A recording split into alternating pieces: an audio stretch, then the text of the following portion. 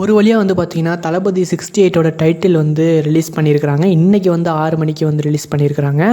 அதுவும் new year கொண்டாட்டமாக தான் இந்த படம் வந்து கண்டிப்பாக இருக்கும்னு நினைக்கிறேன். தளபதி 68ஓட டைட்டில் வந்து கோட் அப்படின்னு தான் டைட்டிலு. இது வந்து கிரேட்டஸ்ட் ஆஃப் ஆல் டைம் அப்படின்னு தான் நம்ம சொல்லணும். இது வந்து அஃபிஷியலாக வந்து அவங்க ரிலீஸ் பண்ணியிருந்தாங்க. நெல்லையில் வந்து அவர் வந்து நிவாரணப் பொருள் கொடுக்கும் போதே எல்லாருமே கெஸ் பண்ணிட்டாங்க ஆல்மோஸ்ட்டு. இது வந்து அவர் இந்த கெட்டப் தான், தளபதி 68ஓட கெட்டப் தான் அப்படின்னு கெஸ் பண்ணியிருந்தாங்க.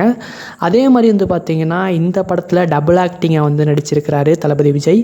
அதே மாதிரி ஒரு சைடு வந்து பார்த்திங்கன்னா வயசானவராகவும், இன்னொரு சைடு வந்து பார்த்திங்கன்னா யங் கேரக்டர்லையுமே தளபதி விஜய் அவர்கள் வந்து நடித்திருக்கிறாங்க.